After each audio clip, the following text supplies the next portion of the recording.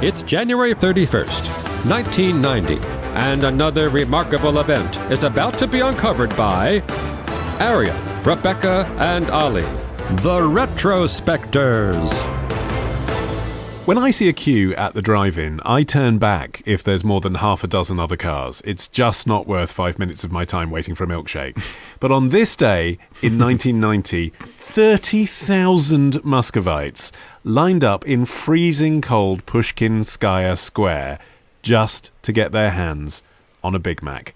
Because this was opening day at the Soviet Union's first McDonald's. According to contemporary accounts, a queue had already formed by sunrise, keeping in mind that the McDonald's was not due to open its doors until 10 a.m. And we have no record they were doing breakfast. No, exactly. There was no such thing as the Egg McMuffin, probably.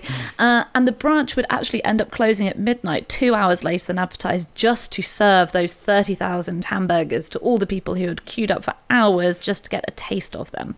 I mean, it's fortunate that it was such an enormous McDonald's, and in fact it was the biggest for its time, though it was quickly superseded by other McDonald's that were bigger, but it had 700 seats inside and another 200 outside, and had 27 cash registers, so it had like this just massive amount of capacity for dealing with people and getting them through the doors, which, you know, it needed to keep up with the fact that there were just so many people at the gates. It's an interesting design, actually. You can see photos of what the McDonald's looked like. I don't know if it still does, but it's the sort of classic 1980s cottagey-looking McDonald's that you would have seen all over the West, but kind of appended to another one. So you've got like a footprint of two normal McDonald's restaurants, but then in the middle, an atrium joining them together, which appears to kind of burst through the tiled roof, almost like a shark coming up to the surface. And I suspect the architectural nudge there was to emulate something seismic happening, you know, the earthquake of, because this is why, of course, there were 30,000 people queuing to come in. This is capitalism coming to Russia. And to deal with the expected demand, the restaurant limited purchases of Big Macs to 10 per customer in the hopes of preventing burger scalping, I suppose. You might, you know, with 30,000 people waiting, you might find it preferable to just pay someone to grab you one when they were in there. I was going to say, because even the Hamburglar didn't take 10. Well, to be fair, not many people in Soviet Russia would have been buying 10 Big Macs at a time. A Big Mac on opening day cost 3 rubles 75. That's about $6.70, which at the time was equivalent to a monthly pass on the Moscow metro, but still cheaper than the pretty scant selection of private restaurants that were available. Yeah.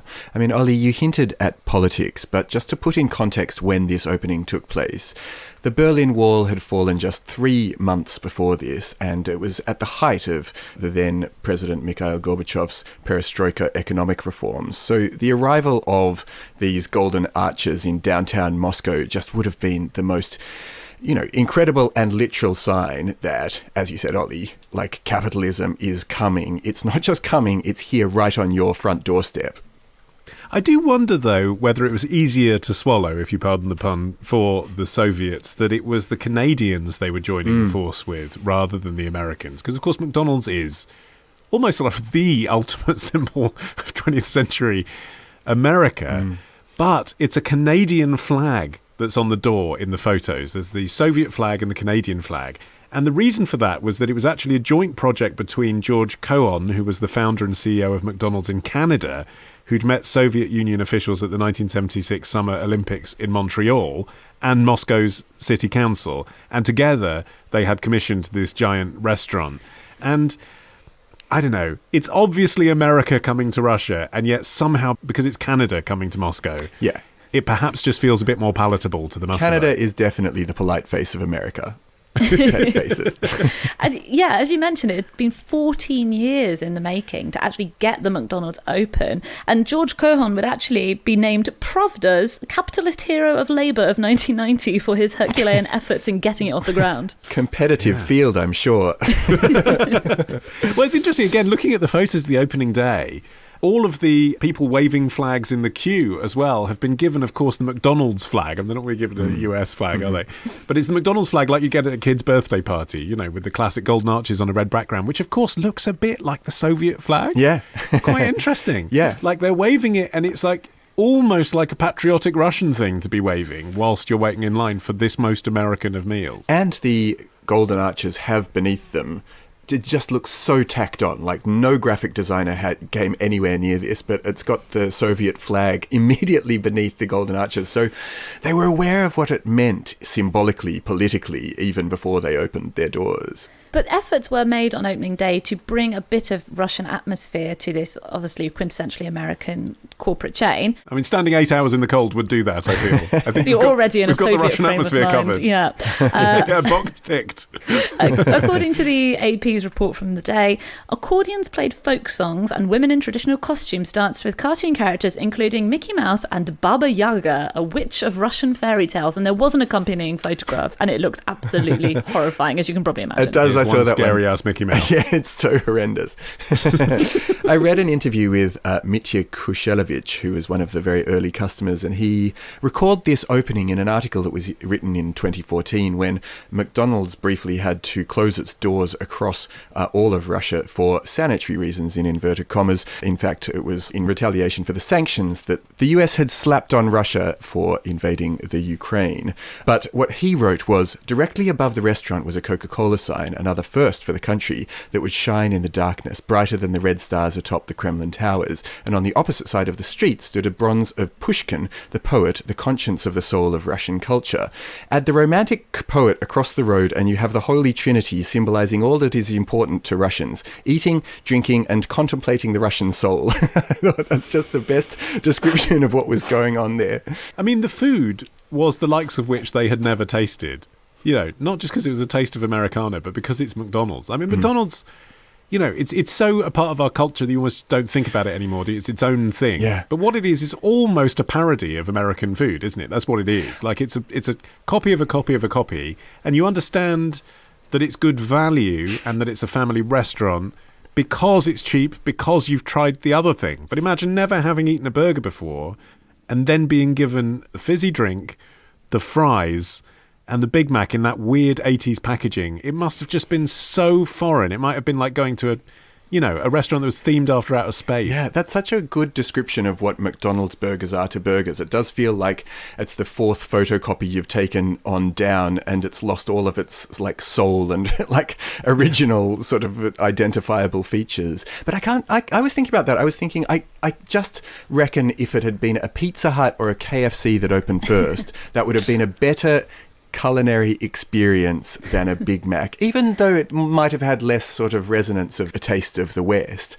Well, the Big Mac meal that you bought at the first Moscow McDonald's may not have tasted exactly like the kind that you would get in the United States or indeed anywhere else, because to avoid the notorious procurement issues which plagued the Soviet Union, the company had invested $50 million in building up its own supply chains on the ground for literally everything at this big facility that they called the McMoscow complex, which still produces a lot of stuff for Russian McDonald's now.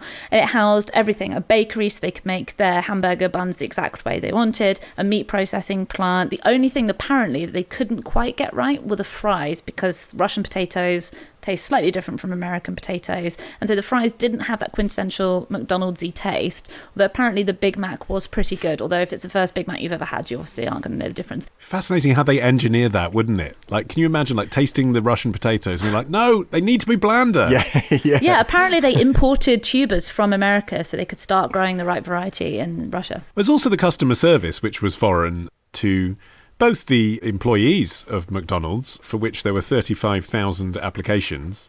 So you ended up with students from prestigious universities who could speak multiple languages, who wanted themselves to have a taste of Western employment, who were working there.